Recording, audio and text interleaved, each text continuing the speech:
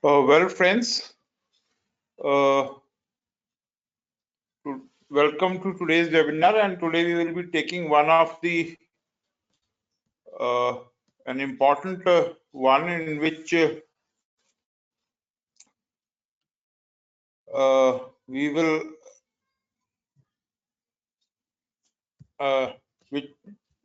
see what are competencies and objectives and how to convert. From here on, we will be focusing especially on our subject, and I think in about another week's time, the actual chapter-wise discussions will start. So, just a small check.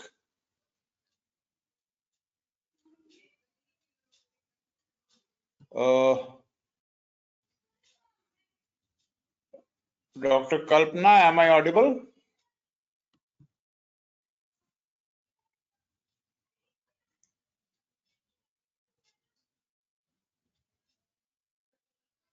Hello? Hello. Dr. Madhu Smith, am I audible? Yes. Yes, sir. Yes, sir. Thank you. So, this topic you all must have discussed many times in your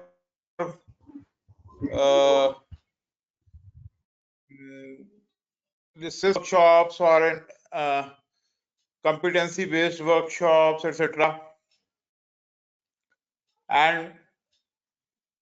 But what we came to know that many of us of our group have not been exposed. The requirement that only 2 people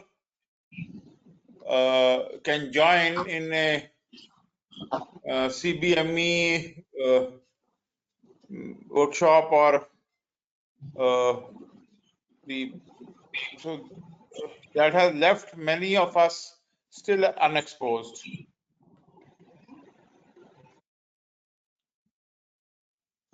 Kalpana, do you want to say something?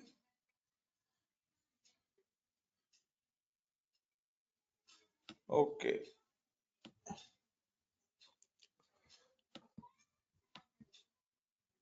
So, as I always start, no goal can rise above the purpose which gives it meaning and strength. Why are we doing all this? Why this change is necessary? Can anyone just answer this? Why this whole change has been made necessary? What is the reasoning behind it? Can Dr. Dilip? Yes.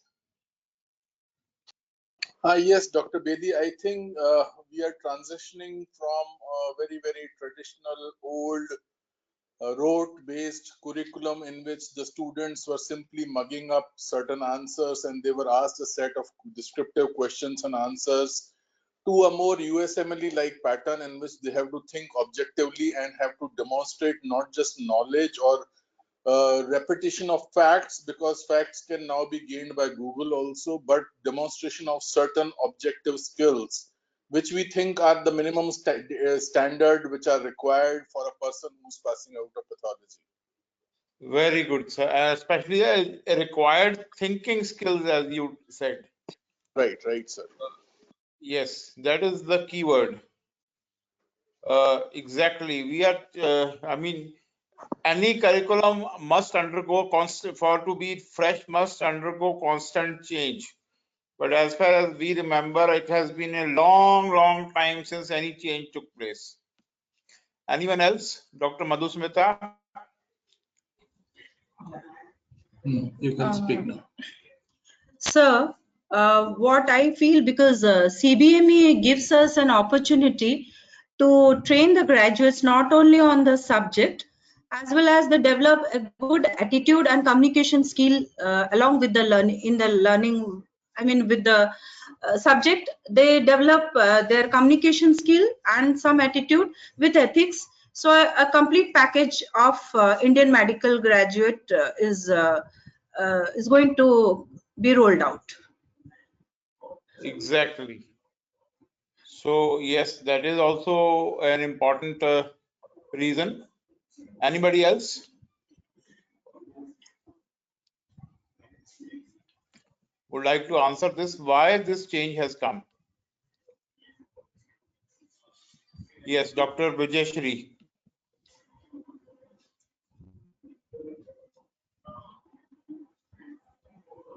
Vijayashri Raghavan.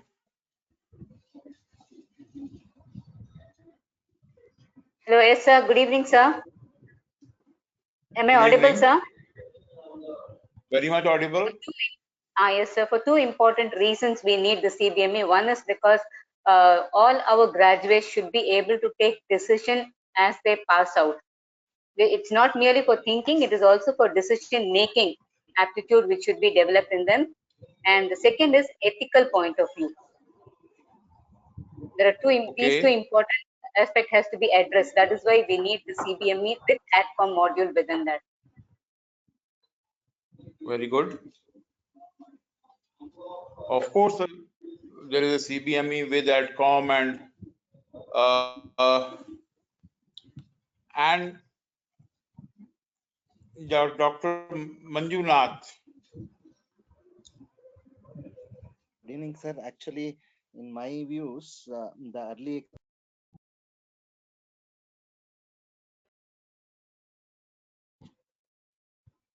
Oh, please unmute yourself again, Dr. Manjunath. am I audible, sir? Yes. Actually, it gives an early exposure of clinical scenarios, whereas so that it can build up a base when they come out.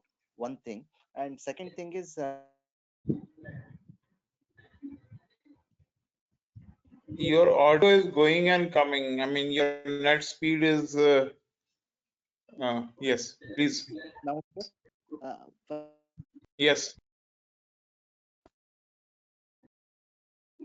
Go on again. You gone can type in the chat also. Yes. yes, sir. You can speak now. Yes, sir. In my views, the students are getting into. Oh, it's gone again. Dr. Vijay Shankar. Yeah, hello everyone. Yes. Sir, actually, I feel CBME through CBME the student gets opportunity to learn, at his or her own pace. That's one important thing I thought of, and basically to attain the competencies. I mean, in the sense at his own pace, irrespective of when they do that, ultimately they have to attain a particular competency. That's why I feel CBME is relevant and needed now. Exactly. I mean, to some extent, there was a feeling that we are not achieving the when we are making the doctors, they are not their perception. I mean, Dr. Sharmila Dudani has written due to negative perception of doctors increase. So Okay. that is very much a fact that there was a feeling that the doctor who is coming out of medical colleges, has a degree but no competency. He is not reliable, and we cannot uh,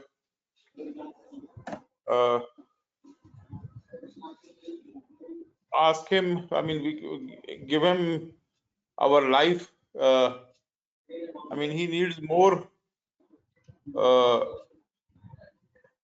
training. And Dr. Kalpana has written, CBME will prepare Indian medical graduate to fulfill community and national health goals. That is also there. And of course, but now if we see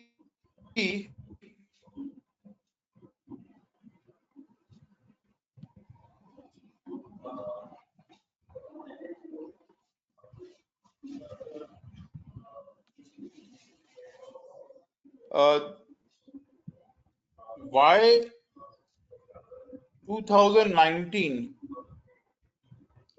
why not 2020 or before?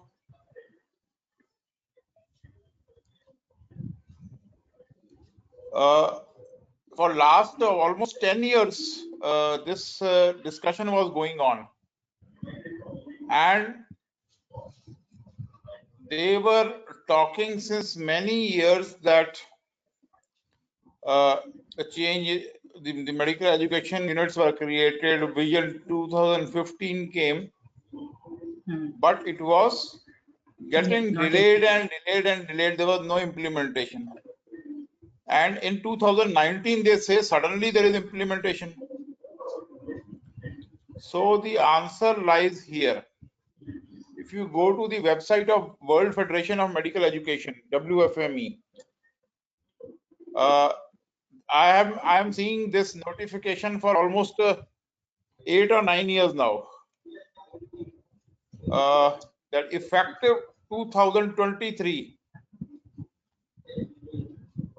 physicians applying for ECMG certification will be required to graduate from a medical school that has been appropriately accredited, and that involves all this CBME activity, and all this is required. So when we come, time is the thought process behind all this, that the learning process all over the world should be similar, so that at present there is a lot of migration of doctors from one country to another. And if the training process everywhere is of the same standard, then just multiple examinations we have to take from going from one country to another, they will not be there. And a common examination system is there all over the world. Even I attended 1 or 2 meetings in the portals of MCI, and where they used to work, say that we will export doctors. I mean, India will become the global powerhouse of health. I mean, produce so many doctors that all over Africa, all over Europe, even now, even in if you go to England, their national health services is majority Indian doctors. Same is in US, same is in Canada. But they are in the portals of Delhi, they are planning. Even India takes over Africa and everywhere. You know, in many countries, the number of medical colleges is decreasing, whereas India is increasing. I mean, our large population has to go somewhere. And this is a slide I quite often use. India is going to have the best medical education system in next 5 years. How many of you agree or don't agree? Dr. Dilip. Yes, sir.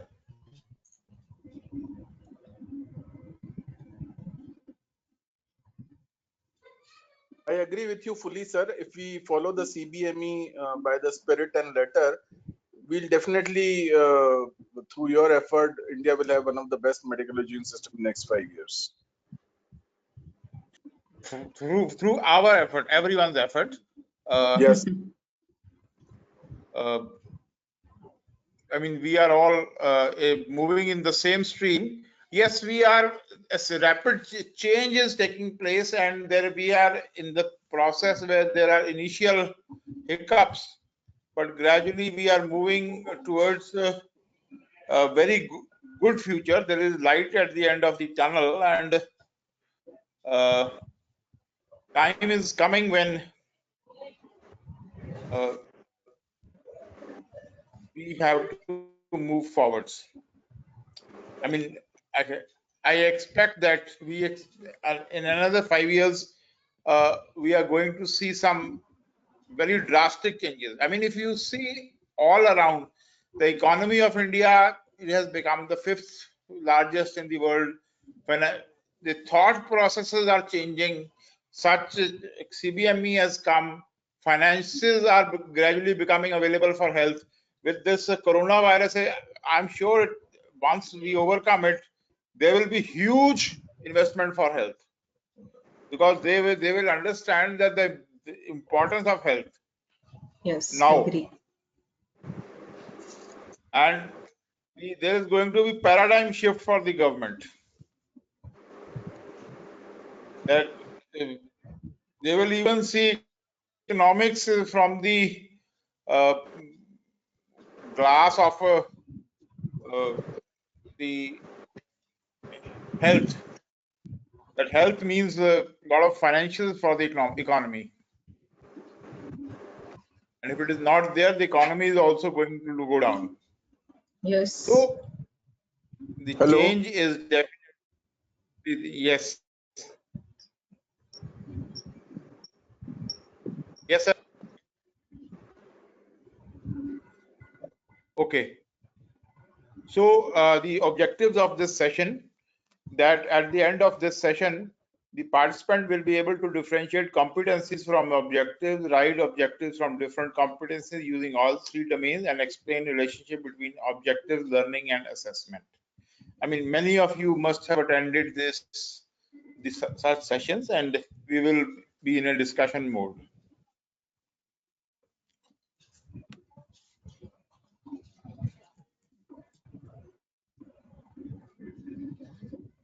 So to begin with, to differentiate competencies from objectives. Relationship between goals, competencies, and objectives, or specific learning objectives. Now, in terms of many of us must have institutions, we must have gone through the NAC, National Accreditation Council inspections, and for some colleges it must be, the process must be on, but there is a move from the government that every institution must be accredited with National Accreditation Council, and there the term goal, mission statement, all these are very commonly asked. The goal is basically it's a long-term mission. That there is something known as it is not countable, like achieving health for all, or achieving it is non-specific, and a competency is basically something which is the habitual and judicious use of knowledge, attitude, and communication in daily practice for the benefit of individual and community being served. Competency is being something very, again, it is a certain skill, but still it is quite broad, while objective is something measurable. At the end of this session, the student should be able to stay in a slide.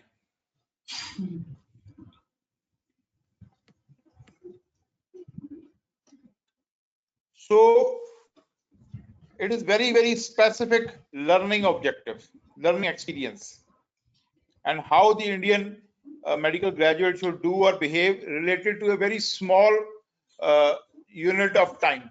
It may be at the end of one particular lecture, or at the end of one particular week, or one particular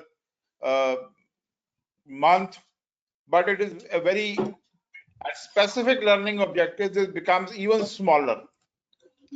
An objective is, now I am showing you a photograph. Can somebody tell me what is the difference between the three individuals shown in this photograph? That's the goal. This is the competency, SLO.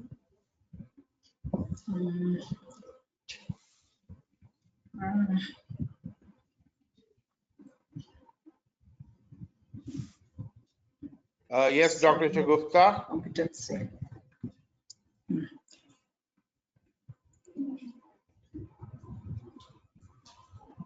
Dr. Shagufta. Okay, Dr. Vijayashri. I see a large number of hands. Okay. Hello, sir. Actually, Dr. hello. Vijayashri. We need many objectives to reach the competency. Yes. Exactly. Yes, every competency can be divided into multiple objectives. Yes, Dr. Shagufta. Also, one particular objective is can be used as a best tool to reach that particular competency. As you can see, one of the guys is using the ladder. Probably that serves as the right tool to reach, to cross the wall, to reach that particular outcome.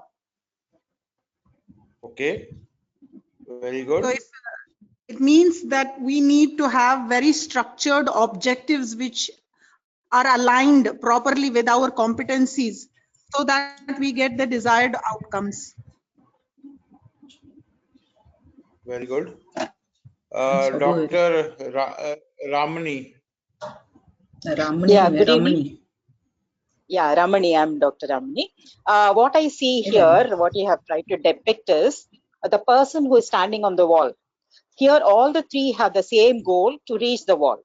One person could reach on top of the wall, taking the help of a very well-structured ladder. Whereas the others are, they have stayed back because the objectives were not clear.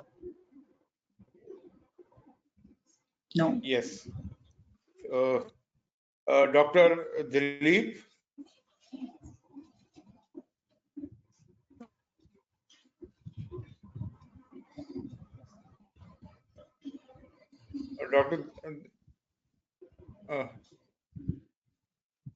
Okay, Dr. Dilip has lowered his hands. Okay. Yeah, Yes, sir. There are three people who are showing the competency here is to climb the wall. The objective here, competency, is climbing the wall, and Yes. these people, out of these, only one has attained this objective of correctly using the stairs to climb the wall. The others two have failed to realize their objectives because of some deficiency in their competency. No. Okay. No. Now, if we, in fact, when the three started, the one who has brought a stair, he knew the objectives right in the beginning, that what I am expected to do. Whereas the other two thought that they have to reach only this much. And the third one, once he knew the objectives, then he can use anything, any method. The teacher is teaching, he can use the other skills, he can use a video, he can use books, he can use internet, he can ask the nurse, he can ask some doctor, some friend somewhere, he can take some additional help from some senior once he knows the objective. The other two did not know the objective. They were just went to the class, and whatever was there, they thought this is the end of it. only attendance was, the other two needed were only focused on the attendance or just attending some lecture, but they didn't know the objective at all. So once the third one knows the objective, student is a part of the learning process. And when student and teacher, they make a team, I mean that the student knows what is expected of him, then he will get whatever is way to reach the objective. Dr. Sharmila says the first is competency, the second one is objective, and third individual is goal.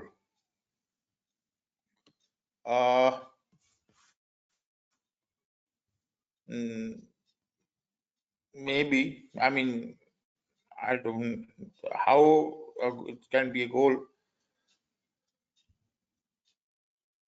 So that is why we are expected to make the competencies and the learning objectives and tell them to the students right in the beginning of every lecture. And we have to create them and tell them. This is a very important part of the whole exercise. Very, very specific learning objectives and very, very strong competencies have to be created and told to the students.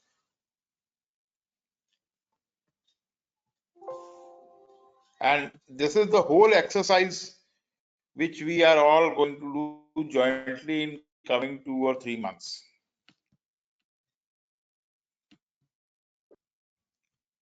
Now, a teacher for a kindergarten class was trying to explain to her students the meaning and use of the word accident. After explaining, she asked the students, "Dear children, suppose Monday morning I am run over by a car while I am crossing the road. What would you call that?" The whole class replied in chorus, "Monday, holiday." This is what happens when there is incoordination between the objectives of the class and the student.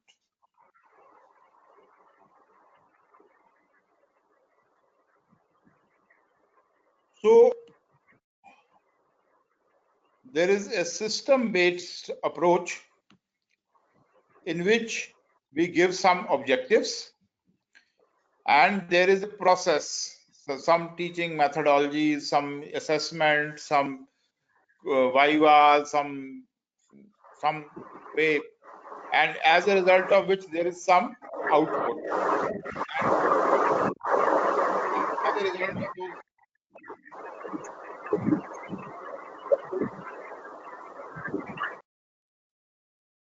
those outputs, it is a continuous process and there is a feedback loop continuously. And that feedback loop helps us to continuously change our input so as to reach the right competency or the right output. This continuous feedback is something which we earlier did not take. The process of continuous feedback, we just usually what used to happen, we used to go to a class and maybe take some lecture, usually didactic, how many students attended it, accepted, they absorbed it, the attendance of the class has been taken. Quite often there used to be some examination, but generally because the class sizes have become 200 and 250, we are quite wary of taking the examinations. Now the process of continuous feedback and continuous formative assessment of all the 200 or 250 students has to be taken, and based on their ability we have to divide them into groups and may change the teaching process accordingly. there is no more scope of marks. From marks, we have to go towards grades, and from grades, we have to move towards feedback. Continue. I mean, they say the era of marks is over, and depending upon whatever the student answers to a particular question, he has to be provided feedback so that he is able to change himself and deliver once again till he becomes competent. Marks are no longer the requirement of an a feature of competency. So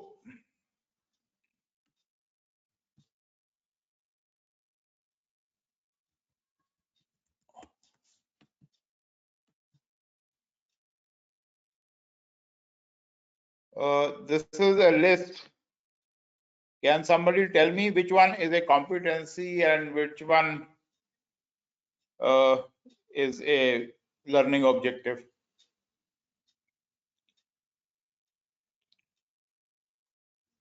Yes, Dr. Shugupta.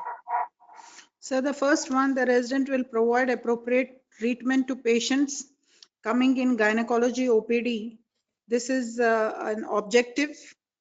By the end of first term, each resident will demonstrate at least once the correct technique for obtaining. This is a skill-based competency. Students shall be able to prescribe sorry? This is very specific. Yes, sir. Yes. Anti-malarial therapy to patients infected with uncomplicated vivax malaria. This is again an objective. Then again, by the end of first term, each resident will have demonstrated at least once the correct technique. This again skill-based competency. Shall be able to prepare a thick and thin, again skill-based competency. Students shall be able to advise precautionary measures for preventing competency. Students shall be able to diagnose, objective, treat, and this is an objective. Okay. Anybody else?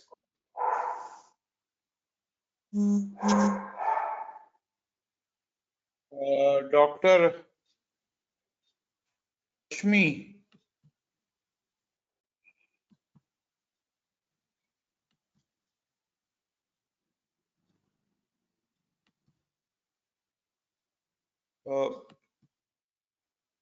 Yes, please unmute yourself, Dr. Rashmi.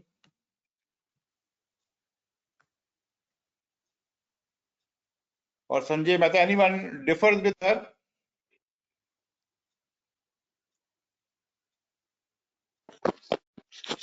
Yes, Sanjay Mehta. Yes, sir. The resident will provide Yes. appropriate treatment to the patient coming in gynecology is a competency. By the end of the first term, each resident will have demonstrated that is also a competency. Student should be able to prescribe anti-malarial therapy, that is objective. By the end of the first term, that is competency. Student shall be able to prepare a thick, that is objective. Student shall be able to advise precautionary measure, that is objective. Student should be able to diagnose, treat, and advise preventive, that is objective, sir. Okay. Objective Anybody is highly, else? objective is highly, yes. Okay, thank you, sir. Objective is highly specific. Dr. Rashmi. Vijay Shri Raghavan.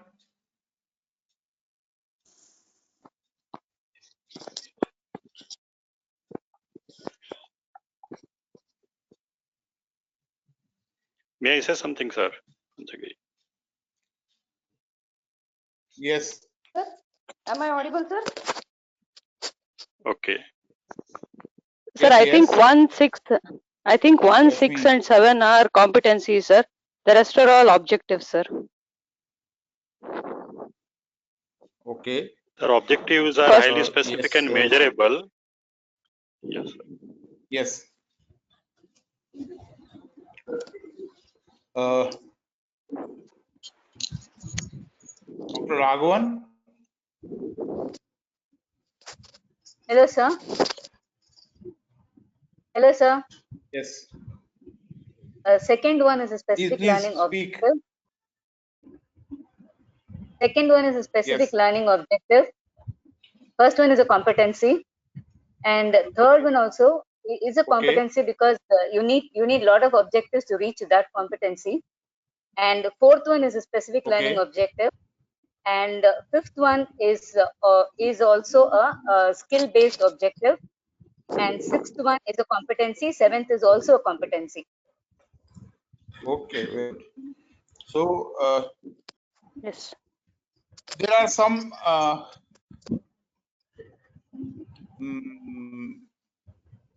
according to me, the first and seventh are the competencies, the rest are objectives. Objectives. Yes, because all of these are measurable, they are very specific, whereas others, first and seventh, they are not very specific. They are slightly general statements. So they are competencies.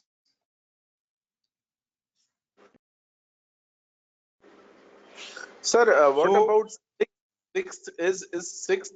I would beg to differ. Like, please explain me how is sixth also an objective and not an competence?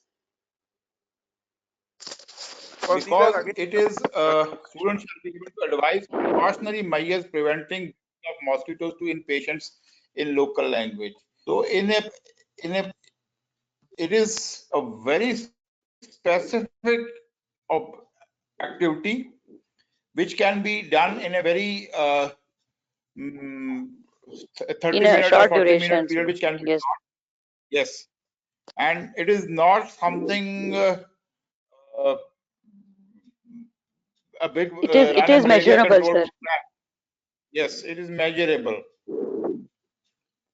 It is just that small amount. It can be done in 30 minutes. In fact, it is achievable, it is measurable, it is tangible. Yes. I think, as you Yes. said, it is an objective, specific learning objective, sir. Yes. Yeah, thank you, sir.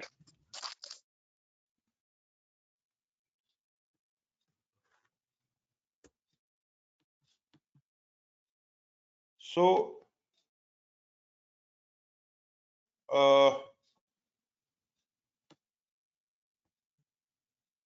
now I give you a homework that you will make certain objectives and type in it in the group from different chapters. I mean, ultimately, you have yourself selected certain topics, and we have to create objectives for all the chapters, for all the topics.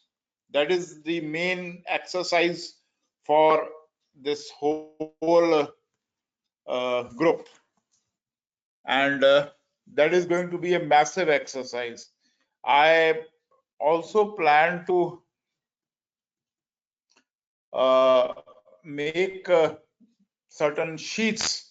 They're called Google Sheets, in which we can share, and we will be writing on them a shared documents that our class I will take separately. So there are certain terms, educational goals, which are broad statements of purpose of an educational program or a curriculum hopes to achieve. And an example of a gynae curriculum for residents will be to develop the knowledge, attitude, and skills necessary to diagnose, manage appropriate and refer women who come to gynae OPD. From the pathologist point of view, this could be a patient, a student. He should be able to sit in a hematology lab and has the necessary skills to do the routine, run the routine lab, a routine hematology lab. Competency ability to perform successfully. The resident will provide appropriate treatment to patients coming in the gynecology OPD. Here, with the as far as the student is able to treat, is able to make hematology slides and supervise the technicians.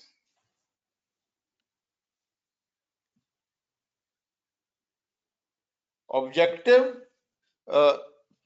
provides this learners what they are expected to learn and how they will be demonstrate their learning. The students, by the end of the first term, each resident will have demonstrated at least once the appropriate technique for obtaining a pap smear.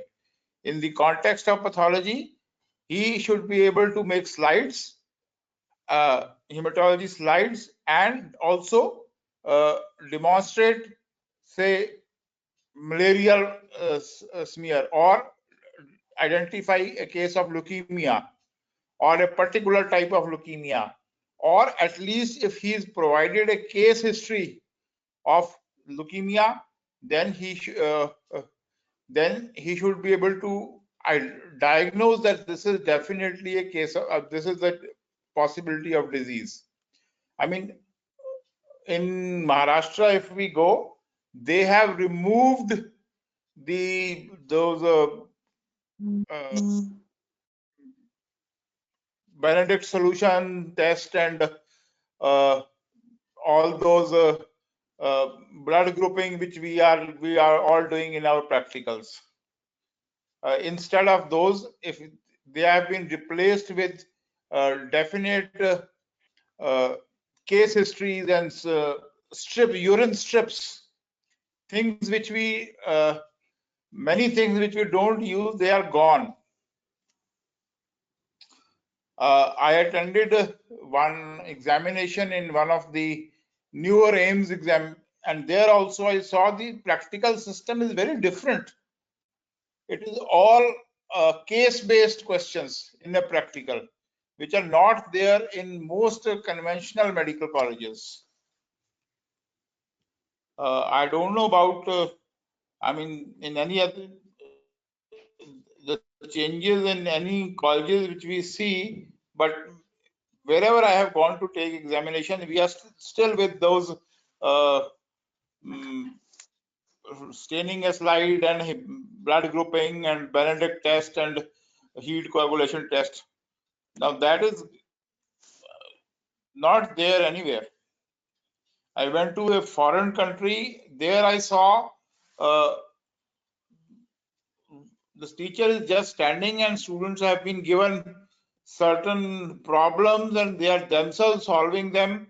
In pathology, didactic lectures have disappeared and teacher is just like moving from one table to another and just solving their problems. He's not doing it actively, he's not speaking anything.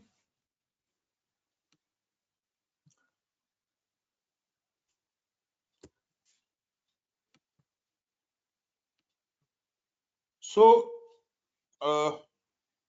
why do we need to frame educational objectives? Now, these objectives, they help us in focused teaching. When the teacher and students know right at the beginning of a class what is needed, then there is a focus that this is what we are going to do. We will select the appropriate method. A very common example which is given here is that you cannot teach I mean, you cannot test the driving license by doing a theory exam. It is something very, very practical. So this, just by giving a didactic lecture, or I mean, we are trying to solve all the problems which is not practical at all. Better evaluation programs have to be developed, and due weightage in the marking system has to be there. Certain directions to the students have to be given to communicate to stakeholders. and students are very important stakeholders, we might have to involve the community also. There is a need for a 360-degree evaluation in which we involve the other staff of the department also in the evaluation process.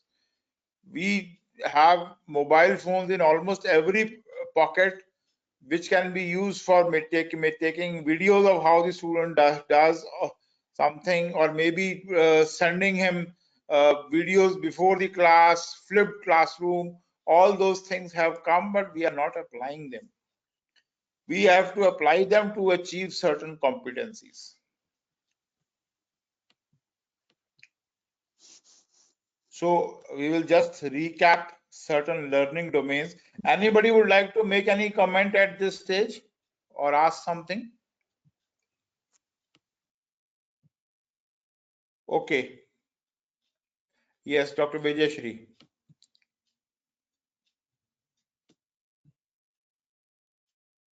Hello, sir. Yes. Yes. When you said stakeholder, we have to communicate to the stakeholders. In my perspective, patients or the community is the major stakeholder for us, and that is why Yes. the CBME has also come into the effect. Yes, exactly. Yes.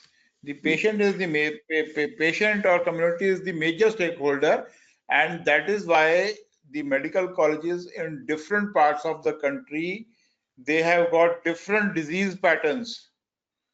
So some local change in the training pattern has to be there, but the way it is being trained in Punjab may not be the same which is in Kerala or Northeast.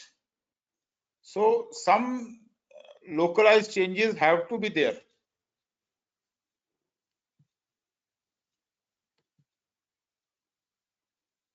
So there is a taxonomy of the educational objectives.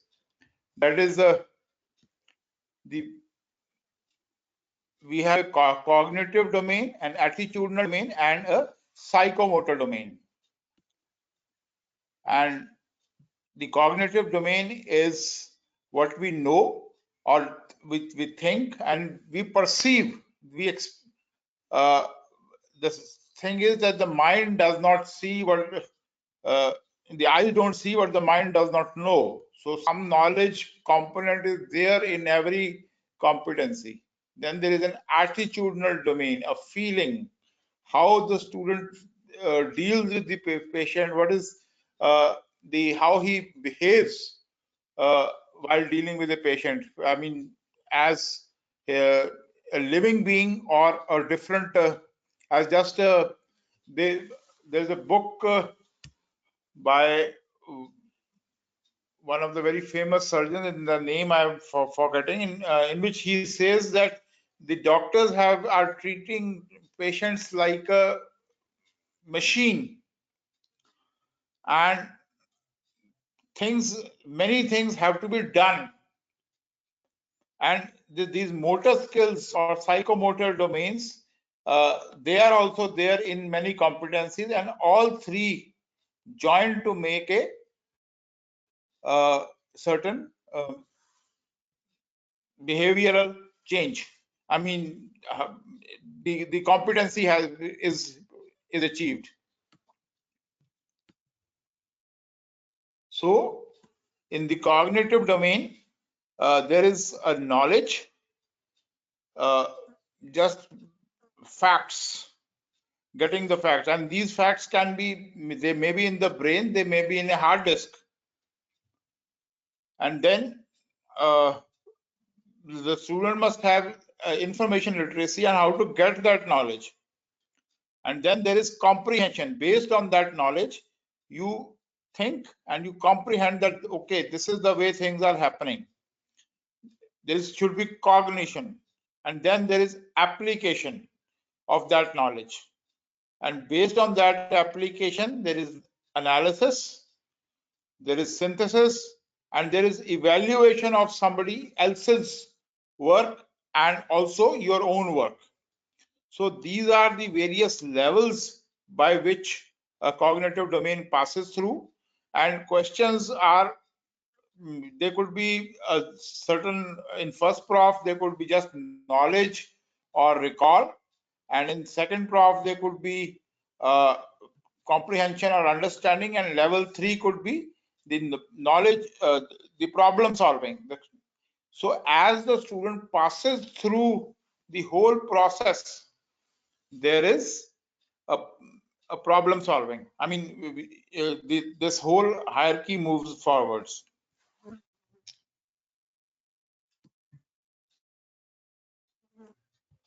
So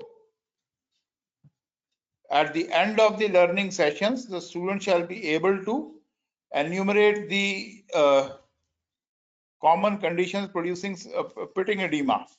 Knowledge, this could be just a knowledge or recall, or explain the pathophysiology of edema in a case of congestive cardiac failure, which could be comprehension or understanding, and give the differential diagnosis of a given case of generalized edema, which is a problem solving activity. And ultimately the student must pass through all these levels.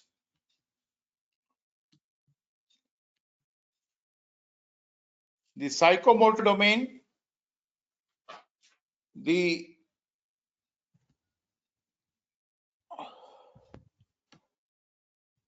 initially there is imitation, there is a certain perception, and after that there is practice or control, and then there are automatisms are created. I mean, without thinking the process moves. So there is here there is perception, there is a graded response based on that perception. The student passes through a mechanism of understanding and doing. There is an overt response, then he adopts himself, changes, and then he does, at the highest level, he does original work or origination based on the understanding. And the goal is to create certain automatisms within the student.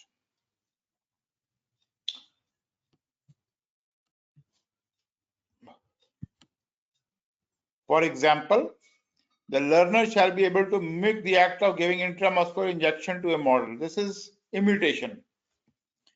Give an intramuscular injection after observing all the aseptic precautions under supervision, which is like a practice, doing practice, and inject intramuscular drugs to patients in the ward confidently, efficiently, without supervision. This is automatisms. The universe,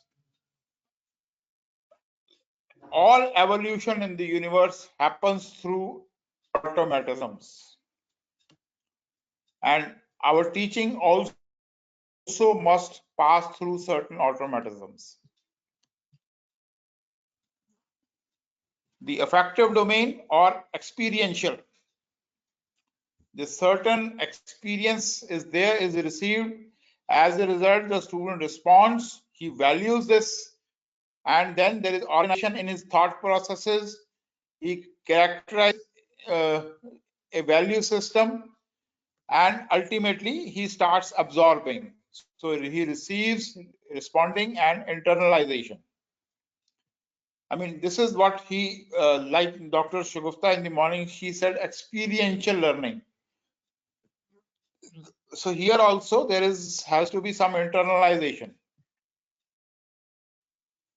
The learner shall be able to realize the panic of a mother whose child is suffering from high fever, receiving, reassure the mother, responding, and comfort any parent in a similar situation as a matter of habit in outpatient department and wards, that is internalization.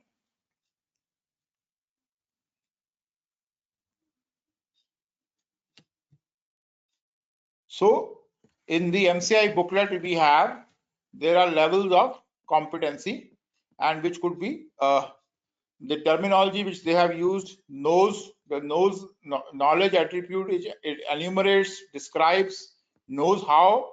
Higher level of knowledge he discusses and analyzes, He shows certain skills, attributes, identify, demonstrate the steps, shows how skill attributes interpret, demonstrate the complete procedure requiring certain thought, knowledge, and behavior, and ultimately finally performs mastery the level of competence independently supervised or supervised pre-specified number of times, and there is certification. So at present the number of certifications is less, but gradually in the entire MBBS process the number of certifications is going to rise, and in our PG system is also it has become competency based, and there the certifications are much more. Next we come to, anybody would like to say anything at this stage? Sorry, sir, can I? Yes, please do. Sir, what I learned from in Saudi Arabia from different workshops was that for any curriculum, for example, any MBBS curriculum, you need to have certain core competencies, which are very broad. Yes. For example, a core competency of being a health expert. And then you have objectives, which are the general objectives of the program. And these competencies are linked to the general objectives of the program. And these objectives of the program are then linked to the course objectives. So there is alignment between the core competency, the program intended learning objectives, and the course learning objectives. So all of them have to be in alignment. For example, if one of the core competency is being a health educator, so what will be the program objective of being a health expert, of being a health expert? So it would be that we expect the students of MBBS to be to have a reasonably good and safe understanding of the normal and abnormal presentation of different diseases, for example. And then this objective of the program, this general objective of the program, will be linked to specific objectives in the different courses. So this is how I understood core competencies, and then linking them to program objectives and course objectives. But here I find very little difference between the competencies that Medical Council of India has enumerated, and then we are now in an exercise to find more specific objectives. So there is a lot of overlap. Exactly. To some extent, I mean, there is a difference in terminology. As we move in this presentation ahead, at the end we will talk about alignment. There is institutional. We call it institutional objectives, departmental objectives, and then the course objectives. So there is the whole process is basically creating the Indian medical graduate, and there is some difference in terminology, but it is something similar to what you are saying. You will see as you reach the end of this presentation. Okay, sir. Thank you, sir. Yes, Dr. Jaina. Madhusmita Jaina, you have raised your hands.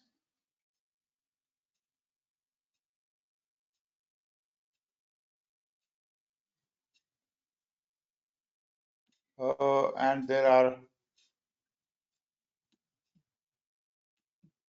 okay. I must check the WhatsApp group also if somebody has written anything on the WhatsApp group. Okay. Dr. Nita is writing there.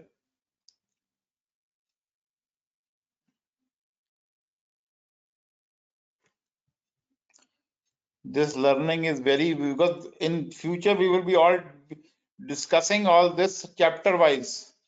So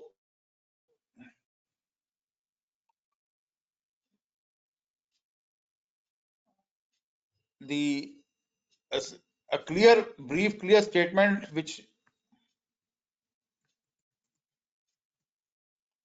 now specific learning objectives, a brief, clear statement which tells what the student should be able to do, a single skill at the end of a specific learning period.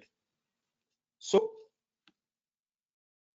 this is a very crisp, small statement that what the student needs to do at the end of a small, maybe a 1 hour lecture or a practical or maybe certain activity.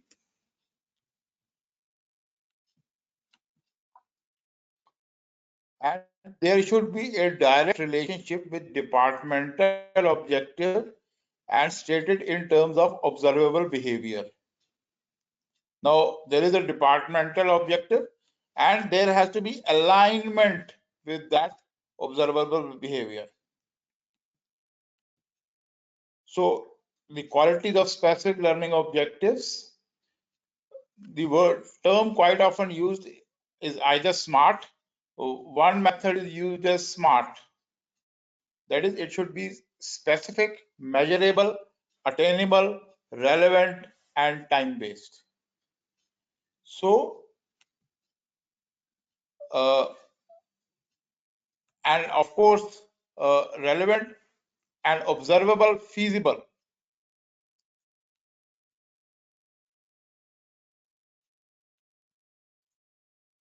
At the end of a session, the learner shall be able to palpate spleen.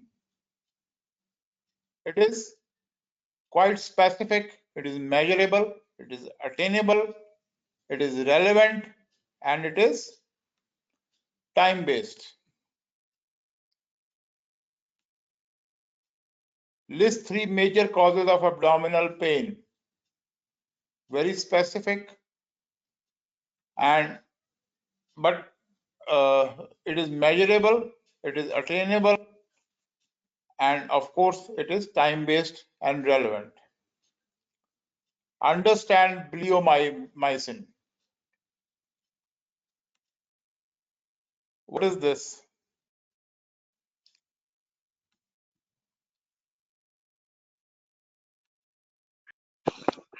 Dr. Sanjay Mehta? So this is not measurable, sir.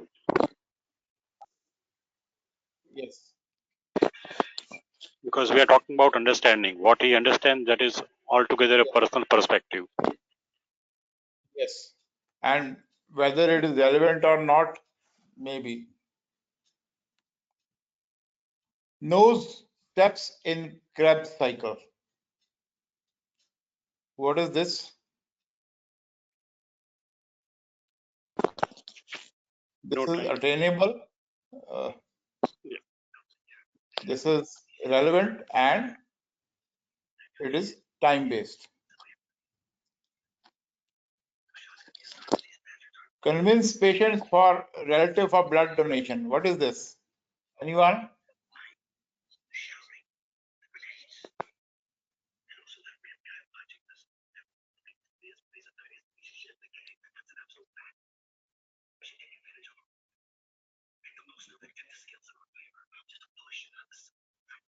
Yes, ma'am. Please unmute yourself.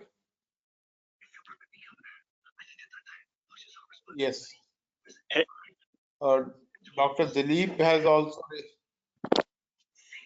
Would you like to comment? Yeah, it is relevant, but besides relevant, I don't think it has any other quality.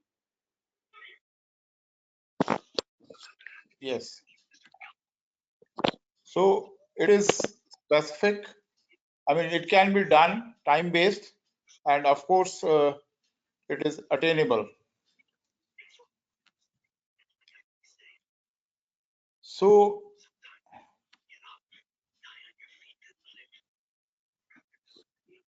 whenever we create an objective, we have to use this mnemonic, and it will help us in designing these objectives. So there is a Kearns method in which says that the elements of a specific learning objectives, who will be doing and how much of what by when.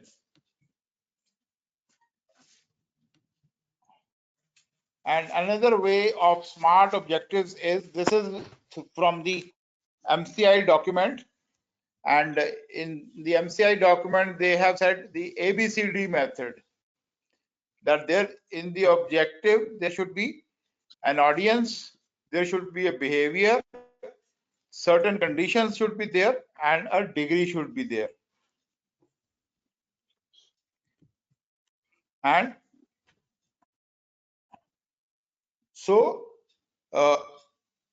who, first year MBBS student or second year MBBS student, what will he do? Will be able to measure how much using a sphygmomanometer with an error of not more than plus minus 10 milligrams of mercury of what? The supine blood pressure of a subject by when? At the end of this practical class.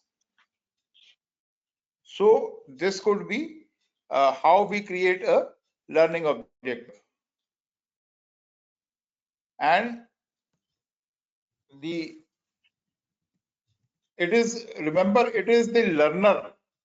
The objective is of the learner in our case, and not the patient, or by which, I mean, he can be doing it by memory, by observation, by guidance of a teacher, independently, through by giving him a checklist with the help of some instrument, with the help of a digital thermometer, with the help of maybe a video in a mobile, maybe with the help of internet, maybe through some kind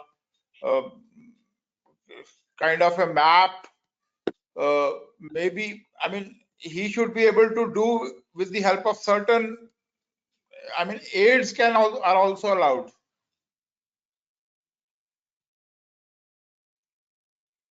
So there is when there is a lack of objectives, like our interns, quite often they are just I mean, or sometimes we see students, they just come, take attendance, sit for 2 hours, go away. I mean, these objectives are the main problem. I attended one meeting in, I remember it was an MCI expert committee meeting, and in which I went there as it was on e-learning, I mean, made long time back. And the board of governor member said that there is so much lack of objectives in India that right from top to bottom, nobody knows the objectives. What we are doing, nobody knows. Whether it is in a medical college or the state council or national council, we are just running, we are just doing certain activity, and nobody is clear what they want to achieve. That is the state of affairs. I mean, this was 5 or 6 years back, but what we want to achieve is, or what are the objectives? That is a very, very important issue.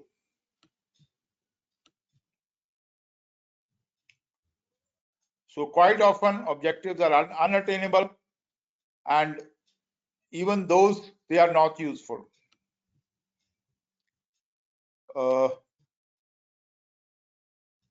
At the end of this lecture, the third MBBS student will be able to describe in details the steps of performing a liver transplant.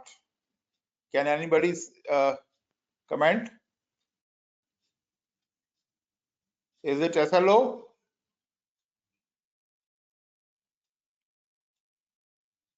Anyone? Yes, Dr. So how Sanjay. can it be measured? Yeah, describe in detail is not a specific thing. Right? What is supposed to measure, what is supposed to describe, and how long and what exactly. And second thing, it is yes, not attainable also. not a cognitive aspect. Right. Yes. At the end of this lecture, the student will be able to understand the infection control in a hospital. What is this? Dr. Reshma Kini.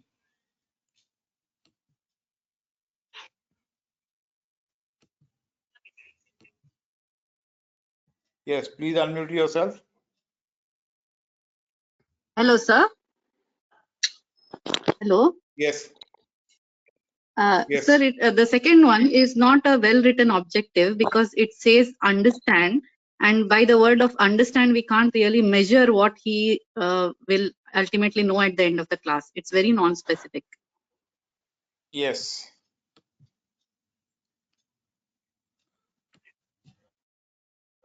So at the end of this demonstration, the house surgeon will be able to perform a gastrojejunostomy surgery independently. What is this? I don't think it is attainable. Yes, unrealistic, not feasible. At the end of this lecture, the student will be able to grasp the significance of smoking cessation in the prevention of carcinoma of lung. Grasp is not What is measurable. this? Not measurable, whether he is grasped or not. Yes. Yes.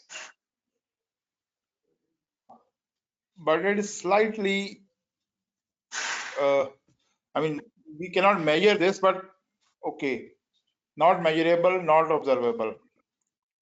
So the steps in framing learning objectives. First, create a stem. The stem should begin with the line. At the end of this, the student should include the name of a particular teaching learning activity, and that is at the end of this clinical session, or at the end of this practical, or at the end of this video demonstration, or at the end of this visit to the lab, whatever, or at the end of this week.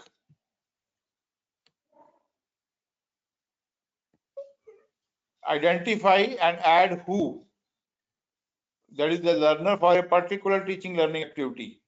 In our case, it's going to be the student, the final year MBBS student, or whatever.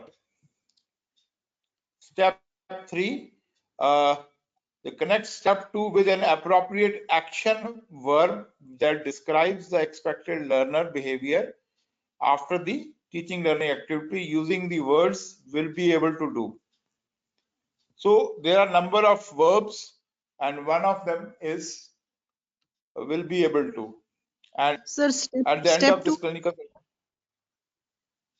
step 2, Step 2. Yes, sir. who, that is the student. Right, sir. And step 4, how much or how well. Add content to step 3, that is clearly state the specific conditions placed on the learner and expected degree of proficiency. At the end of this clinical session, the final year student will be able to insert a venous cannula in a mannequin in not more than 2 attempts. So there is something measurable is coming, and certain certifiable thing is coming. And step 5, use a checklist to review whether the learning objectives are effectively framed.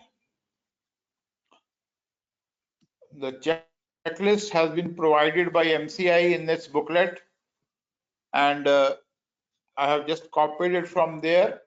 We have to focus on the outcome, not processes.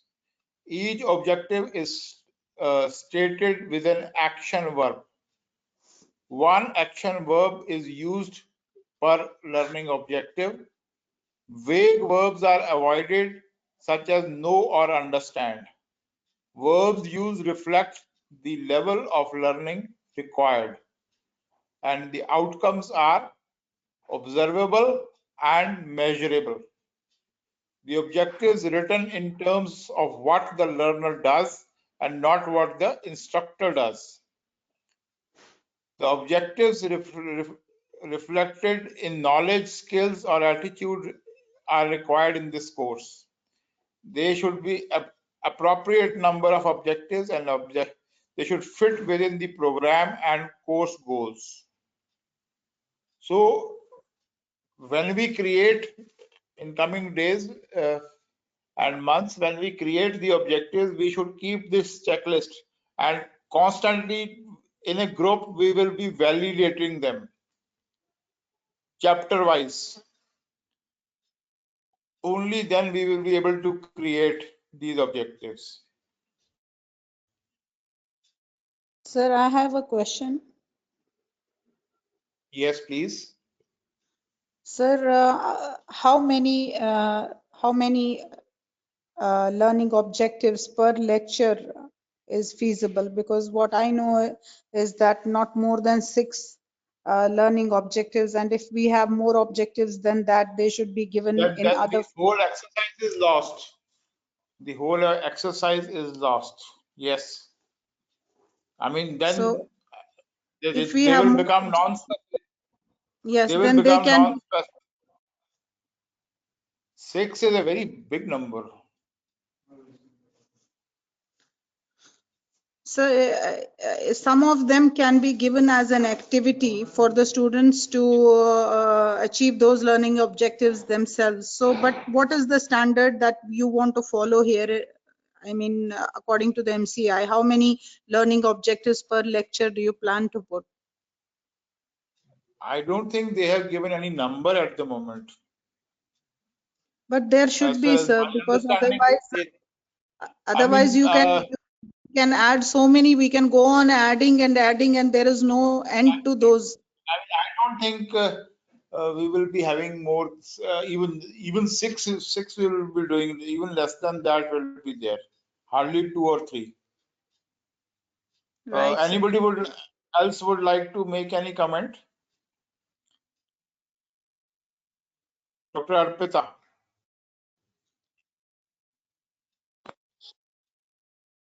Yes.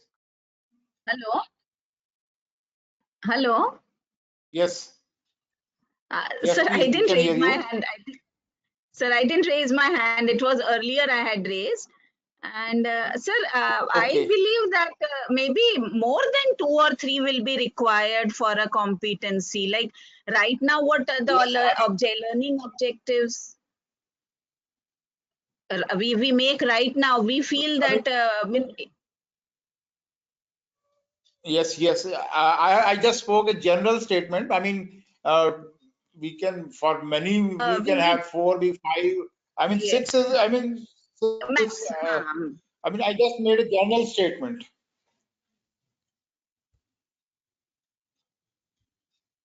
Where, according to the topic, the number of objectives will change.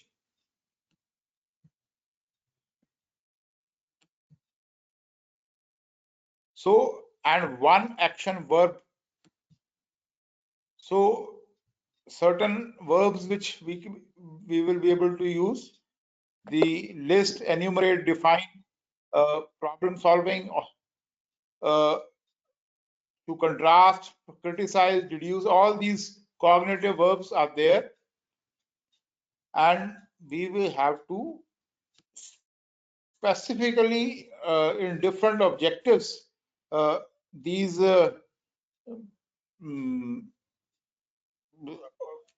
verbs have to be used, and they have to be used very clearly. For psychomotor domains, we have to use other that is dissect, palpate, identify, inject.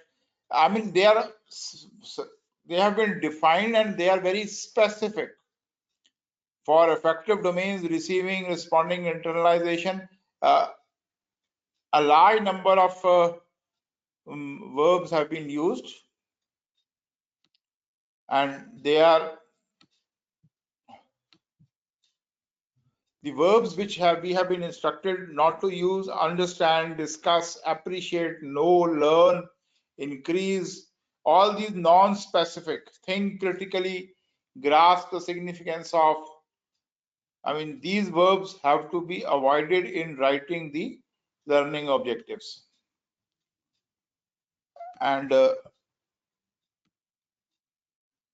I think we are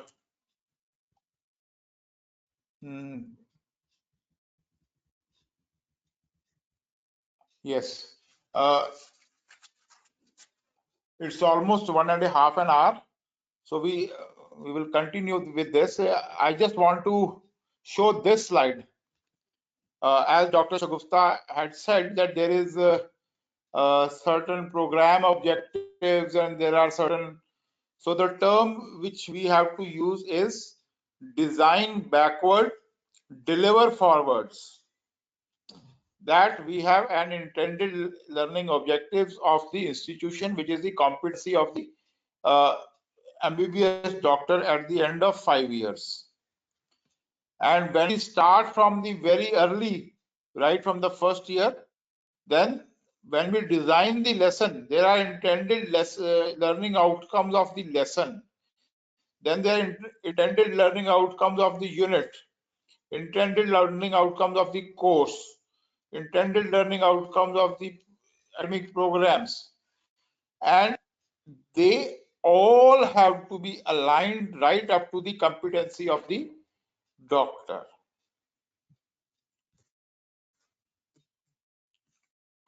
And I mean, what we are going to achieve at the end of the final year must start from very early period, and we deliver forwards and design backwards. This design backwards is the goal, so as to we reach as the student moves forwards in a very scientific way, there is evolution of knowledge and we reach a certain competency. So would anybody would like to say at this stage something? We would I think it will be better if we there's a certain other topics, alignment, etc. We can take that next time. It has been quite a long one.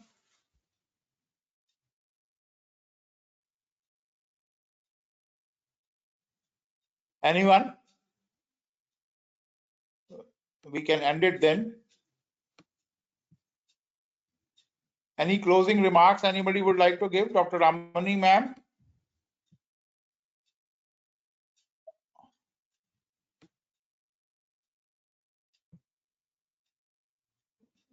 Yes, Dr. Sanjay. Yes, sir. With regards to number of the objective which we can accommodate in one particular session, my opinion is that, as for example, suppose we are going for affective domain or psychomotor domain, it should be restricted to the minimum or one. But if you look at the cognitive aspect, right? Suppose in a large group lecture, you can have multiple objectives because one particular topic which you are going to cover can be asked in so many different ways, right? Like morphology, pathogenesis, and lab diagnosis, and complications, and everything. So for cognitive, it becomes a flexible, but for affective and psychomotor, it should be very small. Yes. I mean, depending upon what we are teaching, we have to juggle. And how we are assessing, that is also important. Yes. So okay, thank you. Over the next few days, we will have a discussion on the WhatsApp group and also on the chat, on the Google group and on the Google Classroom. Gradually, through multiple discussions, we will grow, and the remaining part of alignment and integration and assessment we will take next time. So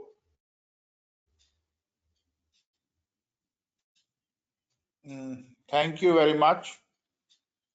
I don't see any new hands. Thank you, sir. It was a nice interaction. So can I request something? Yes. Sir, can we have these sessions in the morning? Is it possible, sir? Because in our duty hours, these days we have no work and we are highly unoccupied. So that would be better use of time rather than in the evenings.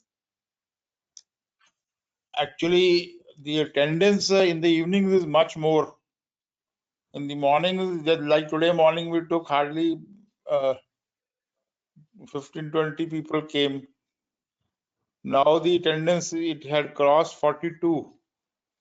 And earlier sessions, which we in the beginning we took, the attendance was more than 100 in the evenings. We can do one thing, we can take it a little early. 7 o'clock will do. Yes, sir, it's okay, sir. As you feel right, sir. I mean, in the coming days, there will be there will be less of webinars and more of continuous chat discussions. I mean, then it will be 24 hours as per the chat. Anybody can write, and just typing work will be there, that can be done anytime. Because I'm used to taking all these in the evening. In the day, something is going on in the college also. So actually, to be very honest, by the evening we are completely drained. So there is no energy to grasp as one of the requirements. I need to grasp it very well. So in the morning we are relatively more fresh with a very fresh mind, less of workload. These days, nothing to do in the college. So I thought we could just focus better in the mornings. But it's left I'll up see to what you, sir. I'll see what can be done. Dr. Sharmila is saying, would you share this presentation? Yes, why not? So Thank you very much, sir. A great presentation, sir. I mean, we have to, let's not keep it in a presentation and discuss it and apply it in the department. This is our curriculum. This is a presentation of what we have been doing in the curriculum committee or the CIS programs. What I have seen that such presentations take place, and then after everybody gets a certificate, it's over. We have to now apply it in our actual work.